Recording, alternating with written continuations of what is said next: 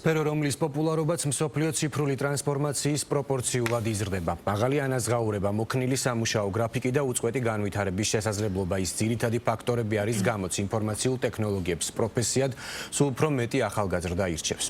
IT სექტორი მზარდია, საქართველოშიც გაორმაგებულია დასაქმებულთა რაოდენობა. ცოტა ხნის წინ ამოქმედებული საგადასახადო შეღავათების გათვალისწინებით კი თითქმის 200-ს აღწევს იმ საერთაშორისო IT კომპანიების რაოდენობა, რომლებიც ბიზნესის განვითარების ადგილად საქართველოს ირჩევენ.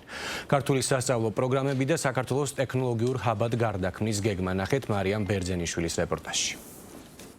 გლობალურად მოთხოვნადი პროფესია, მოქნილი სამუშაო პირობები, მაღალი ანაზღაურება და სწრაფი კარიერული ზრდა.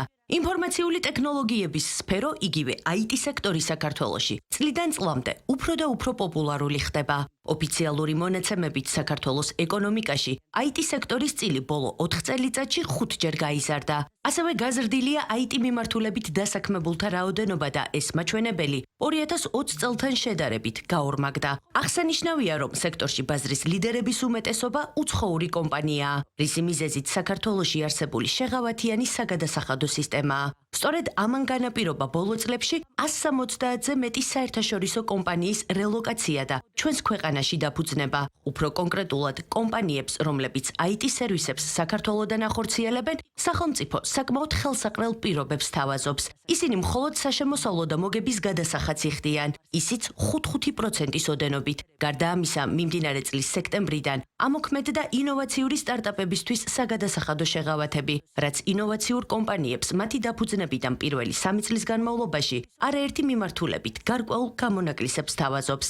ამან კი ადგილობრივ ბაზარზე ახალი ქართული IT კომპანიების გაჩენას უნდა შეუწყოს ხელი. ყველა სხვა პარამეტრი მეტყველებს იმაზე, რომ ის თანმიმდევრული პოლიტიკა და ის ღონისძიებები, ის ინიციატივები, რომელიც საქართველოს მთავრობამ წარმოადგინა ამ ეკოსისტემის გასაძლიერებლად, ძალიან ეფექტურად მუშაობს. მათ შორის არის ბოლო ინიციატივა, რომელიც უკავშირდება ამ სექტორის სპეციალისტებისათვის სპეციალური ბინადრობის პირობების შემოღებას, რომელიც 3 წლიან გამარტივებულ პროცედურებს თავაზობს სპეციალისტებს, რომლებიც საქართველოში განაგრძობენ თავიანთ ტექნოლოგიურ საქმიანობას.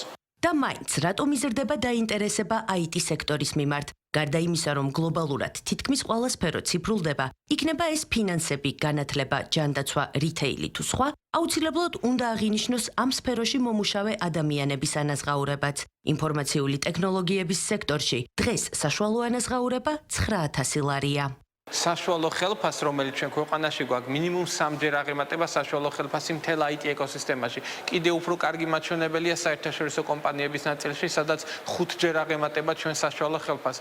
შესაბამისად, ამ მიმართულებით მნიშვნელოვანი ნაბიჯები კვლავ იდგმება. ინოვაციების და ტექნოლოგიების სააგენტო ინვესტიციას ახორციელებს ახალი IT სპეციალისტების გადამზადებაში, რათა ჩვენ მოქალაქეებს ქონდეს შესაძლებლობა, რომ სწორედ ესეთ მაღალ ანაზღაურებად სამუშაო ადგილებზე დასაქმდნენ. IT სექტორის მიმართ ახალგაზრდა ტალანტებში დაინტერესება რომ მაღალია, ამაზე თავად სფეროს წარმომადგენლებიც საუბრობენ. მათი თქმით, უკვე არაერთმა როგორც უმაღლესმა, ისე პროფესიულმა სასწავლებელმა დანერგა კომპიუტერული და ინფორმაციული ტექნოლოგიების სპეციალობები, რაც ბუნებრივია მზარდმა მოთხოვნამ განაპირობა. თორნიკე სულობერიძის თქმით, თუ ადამიანს აქვს სურვილი მისი მომავალი საქმიანობა IT სექტორს დაუკავშიროს, ამაში მას როგორც გრძელვადიანი სასწავლო პროგრამა, ისე მოკლევადიანი გადამზადების კურსები დაეხმარება. რაც შეეხება გამოწვევებს ამ ინდუსტრიაში, ICT ასოციაციის ხელმძღვანელის აზრით, უმჯობესი იქნება თუ კი უცხოური და ქართული კომპანიები თანაბარი საგადასახადო შეღავათებით ისარგებლებენ, რაც ბაზარზე ახალი ადგილობრივი კომპანიების გაჩენას შეუწყობს ხელს. საბოლოოდ კი ეს ყოველივე დამატებითი სამუშაო ადგილების შექმნას უზრუნველყოფს. საერთაშორისო კომპანიები არიან, ასე ვთქვათ, უკეთეს მდგომარეობაში საგადასახადო კუთხით.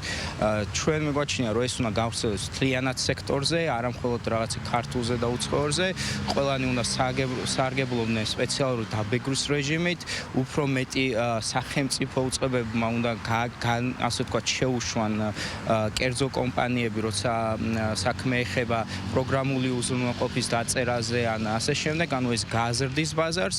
2026 წლიდან ინოვაციური სტარტაპების აქსელერაციის სამთავრობო პროგრამის ფარგლებში 4 საერთაშორისო აქსელერატორი ქართულ სტარტაპებს გლობალურ ბაზარზე გასვლაში, ინვესტიციების მოზიდვასა და განვითარებაში დაეხმარებიან. ამასთან ქუთაისში პარლამენტის ყოფილ შენობაში სარემონტო სამუშაოები აქტიურად მიმდინარეობს, ვინაიდან ხელისუფლების გადაწყვეტილებით აღნიშნულ სივრცეში ტექნოლოგიური ჰაბი გაიხსნება, რომელიც რეგიონში ყველაზე მასშტაბური ინოვაციებისა და ახალი ტექნოლოგიების მიზიდულობის ცენტრი იქნება.